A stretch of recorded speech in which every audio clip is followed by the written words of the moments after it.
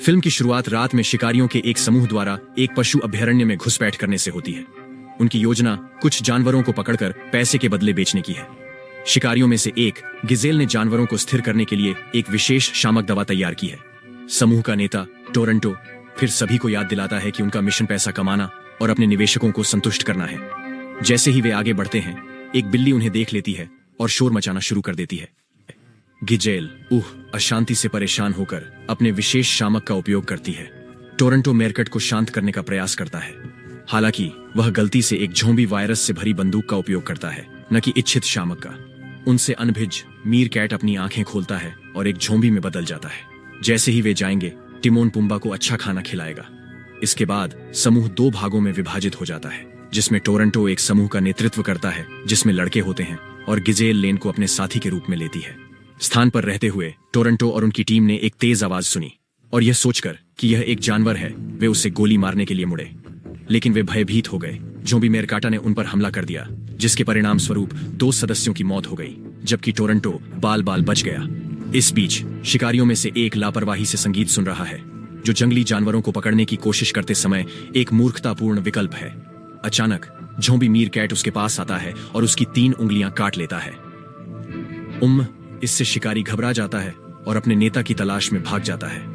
दूसरी ओर गिजेल और लेन उस स्थान पर पहुंचते हैं जहां एक शाही और उसका बच्चा रह रहे हैं। वे बच्चे को पकड़ने में सफल हो जाते हैं, लेकिन जैसे ही वे जाने वाले होते हैं, मां अपने बिल से बाहर आ जाती है। गुस्से में और धमकाते हुए गिजेल मां शाही को अक्षम करने के लिए ट्रैंक्विलाइजर बंदूक का उपयोग करती है। लेकिन उसी समय अधिकारी रैंडी हॉक के नेतृत्व में रेंजर्स घटनास्थल पर पहुंचते हैं और शिकारियों को पकड़ लेते हैं। रैंडी ने अपने अधिकारियों को गिजेल और लेन को हिरासत में लेने का निर्देश दिया। फिर वह घायल शाही की जांच करता है और उन्हें एक पशु केंद्र में ले जाने के लिए पिंजरे में रखता है। रैंडी ने गिजेल से उसके द्वारा इस्तेमाल किए गए ट्रैंक्विलाइजर के बारे में सवाल किया, लेकिन वह सीधा जवाब देने से बचती है और बस हंस देती है। अगली सुबह अधिकारी रैंडी ने चिड़ियाघर में चोरी के प्रयास के बारे में सूचित करने के लिए पशु आश्रय के एक कर्मचारी सदस्य ब्रुक से संपर्क किया। उन्होंने शाही में डाले गए एक अजीब विष का भी उल्लेख किया है और ब्रुक से व्यक्तिगत रूप से इसकी जांच करने के लिए कहा है। यह सुनकर ब्रुक अपने सहयोगियों को स्थिति के बारे में बताती है और वे आगे के निरीक्षण के लिए जल्दी से चिड़ियाघर की ओर चले जाते हैं। वे सुरक्षित रहने के लिए खुद को हथियारों से लैस भी करते हैं। इस बीच टोरंटो और घायल उंगलियों वाले व्यक्ति पर ज़ॉम्बी मीरकैट द्वारा हमला किया जाता है। जहां प्लम्बा वे दीवार पर भागने का प्रयास करते हैं, लेकिन तभी एक ज़ॉम्बी राइनो उन पर हमला करता है, जिसके परिणाम स्वरूप घायल हो जाता है। लड़के की मौत। भयानक दृश्य के बावजूद टोरंटो किसी तरह भागने में सफल हो जाता है। कहीं और रैंडी और उसकी टीम शाही को ब्रुक के पास लाते हैं और उसे सूचित करते हैं कि जानवर असामान्य व्यवहार प्रदर्शित कर रहे हैं। गिजेल और लेन पकड़े गए शिकारियों को भी पशु केंद्र में लाया जाता है और अगली सूचना तक एक कमरे में बंद कर दिया जाता है। रैंडी फिर सहायता के लिए एक बचाव दल के पास पहुंचता है, लेकिन उसे बताया जाता है कि वे केवल 6 घंटे में ही पहुंच सकते हैं। वह ब्रुक को सुझाव देता है कि वह शाही की देखभाल करे, जबकि वह शिकारियों की देखभाल करता है। वह बहादुरी दिखाने की कोशिश कर रहा है, लेकिन वास्तव में वह शाही से डरता है। इसके बाद ब्रुक आक्रामक शाही को शांत करने और उनके हिंसक व्यवहार के कारण के बारे में चिंता करने के लिए ट्रैंक्विलाइजर की 3 खुराक देता है, जबकि वह और उसका सहायक लोगान जानवरों की देखभाल कर रहे हैं। एकमात्र बचा हुआ नर शिकारी तराना घबराहट की स्थिति में आता है। वह हताश होकर मदद मांगने के लिए खिड़की पर हाथ मारता है। रैंडी और अन्य अधिकारी उसे अंदर लाते हैं और उससे स्थिति के बारे में पूछताछ करते हैं। जवाब में तराना ने उल्लेख किया कि क्षेत्र के सभी जानवर पागल हो गए हैं और दावा किया है कि उसके दोस्तों को पुनर्जीवित मीरकैट द्वारा मार दिया गया था। कहानी पर संदेह करते हुए रेंजर्स को संदेह है कि वह नशीली दवाओं के प्रभाव में हो सकता है। क्या वहां कोई वॉर्थोग भी था? तुम मूर्ख हो। बहरहाल उन्होंने उसे मीरकैट बाड़े में ले जाने का फैसला किया, क्योंकि उनका मानना है कि अन्य शिकारी वहां पाए जा सकते हैं। अगले दृश्य में ब्रुक शाही के रक्त के नमूनों की जांच करना शुरू कर देता है, जबकि रैंडी और उसका समूह उस स्थान की ओर बढ़ते हैं जहां टोरंटो ने ज़ॉम्बी मीरकैट्स को देखने का दावा किया था। टोरंटो इस बात पर जोर देता रहता है कि उन्हें सुरक्षा के लिए लैब सुविधा में लौट जाना चाहिए, लेकिन समूह उसे गंभीरता से नहीं लेता है और उसका मजाक उड़ाकर हैरान रह जाता है। जब वे अपने गंतव्य पर पहुंचते हैं तो उन्हें उन शिकारियों के बेजान शरीर मिलते हैं जो पिछली रात चिड़ियाघर में घुस आए थे। जैसे ही रैंडी एक शव की जांच करते हैं, उन्हें पास में असामान्य और गुस्से वाली आवाजें सुनाई देती हैं। अचानक एक ज़ॉम्बी अर्धवार्क रेंजर्स में से एक पर हमला करता है। वर्णमाला की शुरुआत में बेबी रैंडी प्राणी पर गोली चलाने की पूरी कोशिश करता है, लेकिन उसके प्रयास व्यर्थ साबित होते हैं। जब तक समूह घातक अर्धवार्क को मारने में सफल होता है, तब तक वह रेंजर की छाती पर एक घातक घाव कर चुका होता है, जिससे उसकी मृत्यु हो गई। इस बीच पशु केंद्र में वापस ब्रुक एक माइक्रोस्कोप के तहत साही के रक्त के नमूने की जांच करता है और एक आश्चर्यजनक खोज करता है। साही की कोशिकाएं चिंताजनक दर से उत्परिवर्तन कर रही हैं। इस खोज से हैरान होकर वह गिजेल के पास जाती है और उससे सवाल करती है कि उसने साही को संक्रमित करने के लिए किस चीज का इस्तेमाल किया था। अन्यत्र रैंडी और समूह अनुसंधान केंद्र में लौटने और मदद मांगने का निर्णय लेते हैं। हालांकि जब वे स्थिति के बारे में सूचित करने के लिए ब्रुक से संपर्क करते हैं तो वह उन्हें स्वयंसेवकों केडी और फोर्ड के बारे में याद दिलाती है। वह उल्लेख करती है कि दोनों एक शिशु हिप्पो को पास के तालाब में छोड़ने वाले हैं और उस कार्य में रैंडी की सहायता का अनुरोध करती है। यह सुनकर रैंडी केडी तक पहुंचने की कोशिश करता है, लेकिन दुर्भाग्य से उसे उनकी जीप से हटा दिया जाता है और वह ऑडियो अलर्ट नहीं सुन पाता है। अनुसंधान प्रयोगशाला में लोगान को साही में एक सिरिंज इंजेक्ट करने का काम सौंपा गया है।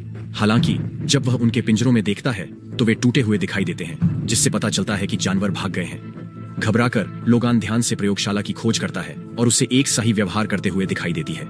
आक्रामक रूप से वह सिरिंज देने के लिए उसके पास जाने का प्रयास करता है, लेकिन झोंबी साही उस पर अपनी तेज कलम फेंकता है, जिससे उसके शरीर में गहरा छेद हो जाता है।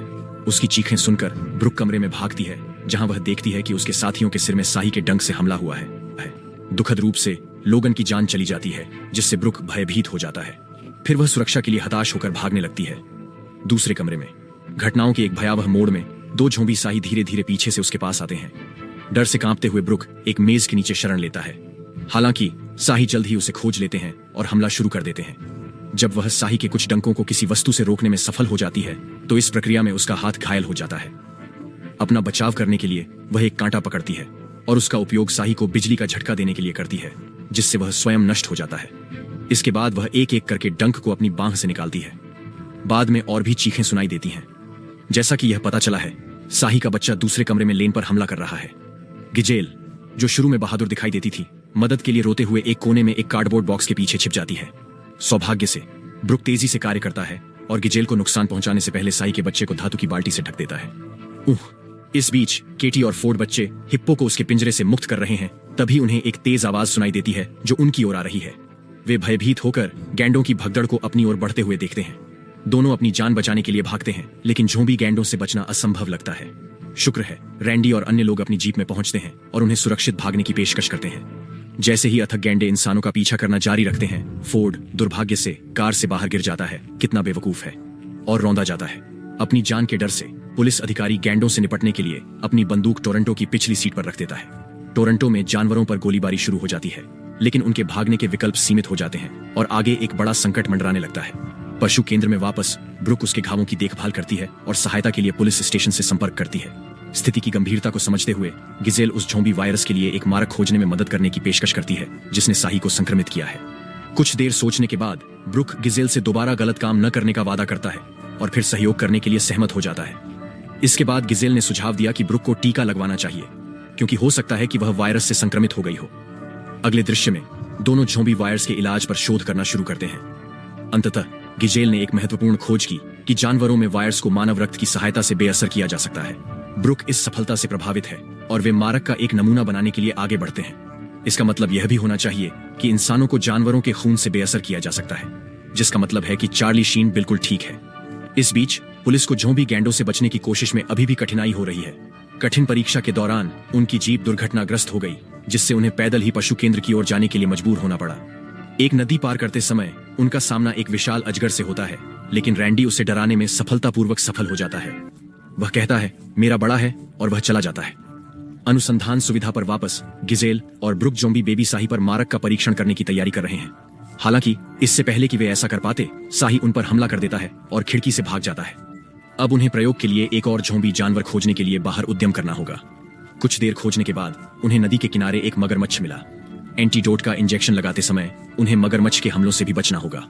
उल्लेखनीय रूप से मगरमच्छ को होश आ जाता है और वह तैरकर दूर चला जाता है, जिससे उनका प्रयोग सफल हो जाता है। कहीं और अजगर की घटना के बाद रैंडी और उनकी टीम ने नाव का उपयोग करके जैसे ही वे किनारे नेविगेट करते हैं, पशु केंद्र में लौटने अपनी कश्ती में पानी में एक विशाल ज़ॉम्बी दरियाई घोड़े का सामना करते हैं। यह दुर्जय जीव उन्हें निशाना बनाता है, केडी को हवा में उछाल देता है और गिरते ही उसे अपनी चपेट में ले लेता है। यह देखकर अन्य दो हिप्पो द्वारा पीछा किए जाने पर किनारे तक पहुंचने के लिए कड़ी मेहनत करते हैं। सौभाग्य से गिजेल तट पर पहुंचती है और दरियाई घोड़े को राहत दिलाने के लिए मारक औषधि का उपयोग करती है। मारक औषधि अस्थायी राहत प्रदान करती है, जिससे उन्हें बच निकलने के लिए पर्याप्त समय मिल जाता है। पशु केंद्र के अंदर रैंडी को जीवित देखकर ब्रुक बहुत खुश होता है। वह अपनी गर्भावस्था की खबर साझा करने ही वाली है कि अचानक बाथरूम से तेज आवाज ने उनका ध्यान खींच लिया। रैंडी ने सुझाव दिया कि जब वह जांच कर रहा हो तो वे हॉल में प्रतीक्षा करें। उसे आश्चर्य हुआ, एक विशाल झोंबी मगरमच्छ सीवर के माध्यम से कमरे में घुसने में कामयाब रहा। ऐसा प्रतीत होता है कि यह पहले जैसा ही है। इससे साबित होता है कि एंटीडोट वायरस से केवल अस्थायी राहत देता है, स्थायी इलाज नहीं। या शायद उनकी सिरिंज ने इसके तराजू को छेदा ही नहीं। आखिर उन्होंने ऐसा कैसे किया? इस वजह से गिजेल का प्रस्ताव है कि एंटीडोट को एंटीबॉडी युक्त मानव रक्त के साथ मिलाकर बढ़ाया जाना चाहिए, इसे और अधिक शक्तिशाली बनाना।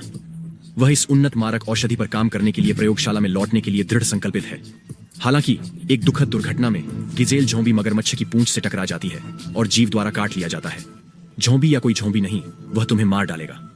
रैंडी आग बुझाने वाले यंत्र से मगरमच्छ को रोकने की कोशिश करता है, लेकिन उसकी कोशिशें बेकार साबित होती हैं। दुख की बात है कि गिजेल का निधन हो गया, जिससे तिराना का दिल टूट गया। दोपहर बाद एक बचाव हेलीकॉप्टर आता है जो आशा की किरण लेकर आता है। हालांकि घटनाओं का एक गंभीर मोड़ तब सामने आता है जब बचावकर्ताओं में से एक हेलीकॉप्टर से उतरता है और उसे पास में आ रहे एक झोंबी शेर पर ध्यान नहीं मिलता है। दहशत फैल गई क्योंकि हर कोई बचावकर्ता को भागने के लिए चिल्ला रहा था, लेकिन वह भागने में असमर्थ हो जाता है और शेर उसकी गर्दन पर घातक रूप से काट लेता है, जिससे उसका जीवन तुरंत समाप्त हो जाता है। सिम्बा वापस विलाप करना चाहता है। कोई अन्य विकल्प न होने के कारण बचे हुए लोग शरण लेने के लिए पशु केंद्र में चले जाते हैं। बाहर झोंबी जानवरों की बढ़ती संख्या केंद्र के आसपास इकट्ठा होती है। ऐसा प्रतीत होता है कि जानवर रक्षा की अंतिम पंक्ति को तोड़ने के कगार पर हैं।